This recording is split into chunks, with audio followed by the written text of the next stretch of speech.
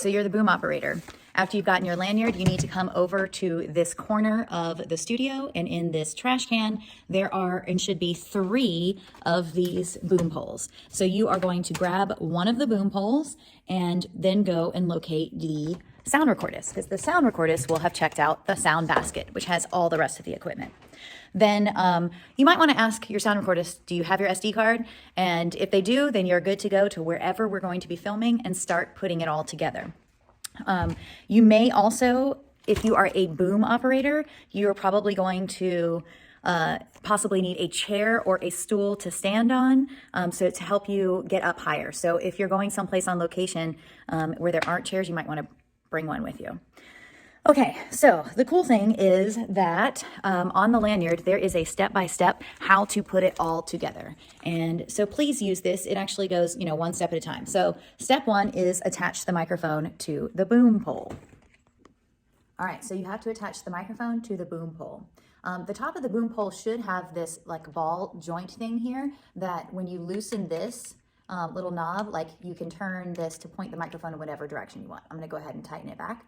And then you put the end of the microphone or the end of the boom into the microphone, and you can just spin it around to get it, and this is really important. You can't spin it around if you've already gotten cords and stuff attached to it. Then you would have to just turn the microphone, but either way, you're going to attach the microphone. Step 2 says plug the microphone into the aux cord and wrap around the pole and secure with Velcro. Okay, so remember there are actually probably 2 cords. The longest cord is going to go into the sound recorder. So if there's 2 cords, which there should be, the smaller cord is what goes into the microphone. So you are going to plug that into the side of the microphone. It's a good idea while you have it down to make sure the microphone is on. So you turn the microphone on by holding the power button until you see that there are lights that come on. Now, there are a lot of different options for the sound. So there's these other 2 buttons that you can press and try out different settings to see what sounds best. So you can go through that once you have it all hooked up. You don't really want to attach the Velcro too tightly. You want to be able to extend the boom pole, which let me show you real quick. This is what I did. I turned the handle, and then I start pulling, and it extended it that far. And then I turn it back again. All right, so then on this end, I would also, and now I have a very long boom pole. All right, you wanna kind of lightly wrap the cord around so that it's not hanging like this. So what I usually do is I actually kind of spin the microphone around just a little bit, and then I can go ahead and put that piece of Velcro around the end of the cord.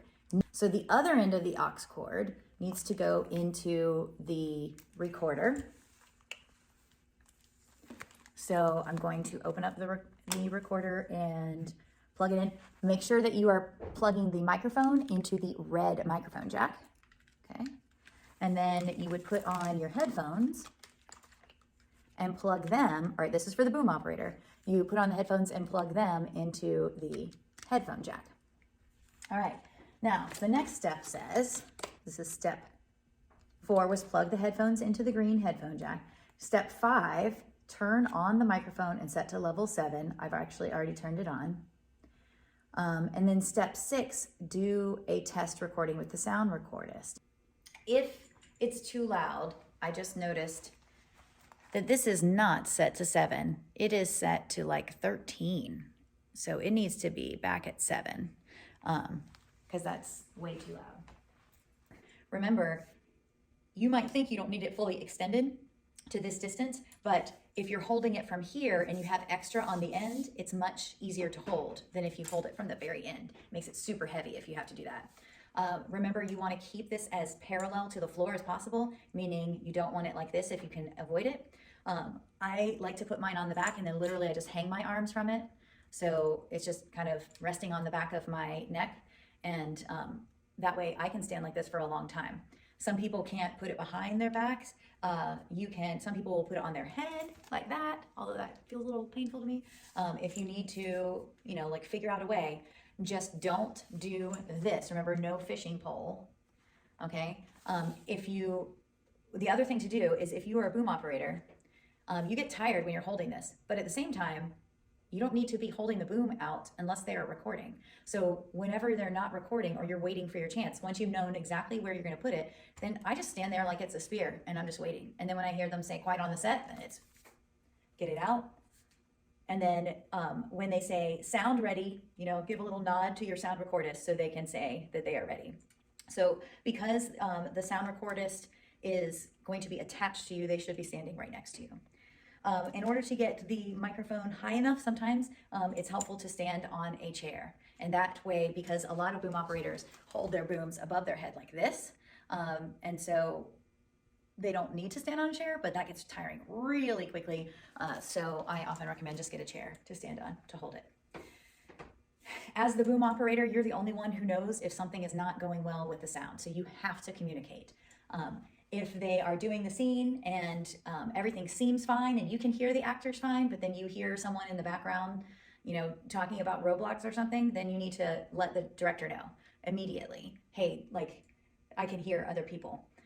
We won't know if you don't say anything because you're the only one with the headphones. So boom operator, you have got to communicate. When you are finally finished, at the end, what you're gonna do is just put everything away, kind of do it in reverse. You can remove the Velcro. If you want to keep the Velcro on the pole, you can just stick it back on. That's fine. That's kind of how that one was. You can unplug the microphone and get the cord and put that back in the sound basket. And then after the cord has been neatly put back in the sound basket, you're going to disconnect the microphone. Please, please, please, when you are disconnecting the microphone, do not remove this part.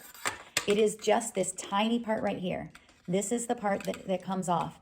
The bigger, chunkier part stays on the boom. Do not take this out. So this is what your microphone should look like. Just this one little knob thing sticking out. Then you put that, make sure your microphone is probably on. So you're gonna want to turn it off. Now, when you plug it back into charge, if it turns itself back on, not a problem, but put it back in the sound basket. And then once that's been done, like you can take the boom pole. Once you've gotten that off the boom pole, you can take the boom pole and put it back in the trash can and then see if the sound recordist needs any more help. Oh, don't forget to take off the headphones. The headphones stay in the sound basket. They do not go where the other headphones go. Right. Make sure as you're cleaning up that these headphones go back in the sound basket. They should not get mixed up with the other headphones. All right, so